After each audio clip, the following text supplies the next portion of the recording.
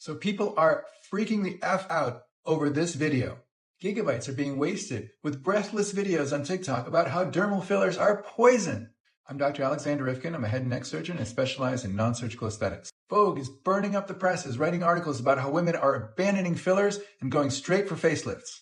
So apparently the green over here is all filler, and the claim is that there's 28 cc's of filler in their face now, but only 12 were injected over 6 years. So does filler just keep expanding in the face after injection and double and triple in volume over years? Absolutely not. And so is 28 cc's, or however much she has in her face, making her look like some puffy, pillow-faced alien? Well, let's see. Here's someone with 22 syringes in her face over 3 years. And I know this because she's my medical assistant. We have all her injections documented. Does she look crazy? I don't think so. Here's another one of my assistants with about 20 syringes of filler in her face over the last 3 years or so. Okay, her lips are a little big. But does she look crazy? I think not. Now, this person looks absolutely crazy after overdone facial fat transfers. My point is that not everybody walking around Beverly Hills looking puffy is because of filler. All these modalities work. You have to go to the right person. Do cosmetic filler injections with hyaluronic acid really cause cancer? Of course they don't. But these articles get published and then patients come into my clinic and I have to explain to them this is complete baloney, right? So this is a great example of how these kinds of rumors and extreme stories propagate all over the internet. I'm talking about this now because I just went to Vegas Cosmetic Surgery Conference and this came up as one of the conversations on stage in terms of what do we do about all these myths that are all over the place on social media. This started when a plastic surgeon from New York presented data that under eye filler can obstruct a little bit of the lymphatic flow in that area after injection.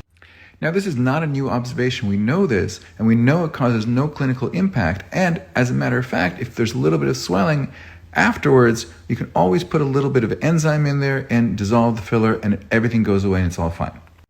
Now, the issue is that then he speculated that this little bit of blockage will cause health problems. Is there any evidence of that? None. And so this journalist then went on to say, oh, well, if it causes health problems, it must cause cancer because lymph nodes have something to do with cancer. Ridiculous. Anyways, I don't see this paper in PubMed. I don't think it ever got published because the evidence is weak. But, however, of course, the rumor gets started and goes on and on. And so we have to talk about it. Thanks. There was an article that was just posted in Allure that I thought was really quite good. It talked about how some injectables can make a future facelift more difficult, technically more complicated, and more risk for complications as well as poor results. She talked to a bunch of plastic surgeons who agreed that using a lot of biostimulants like dilute radius or Sculptra, or using threads, or using deep energy devices like Ulthera or like some of the RF energy devices could cause scarring. Because what we're talking about when we talk about stimulating collagen is that we're causing controlled scarring. Now, for most patients, that's quite effective in doing what we wanted to do, but for some, they scar more than others, and sometimes those patients can't present with issues. Now, I've spoken to a bunch of plastic surgeons as well, and they say that most of the patients they operate on have had something like biostimulatory or energy devices, and it's no problem to do the operation, but occasionally you can get a problem.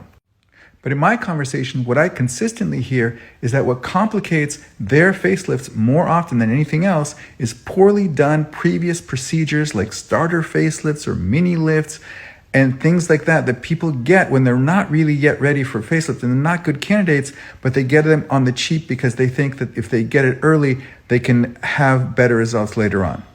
So what to do? Read the caption. We are here with Rhonda.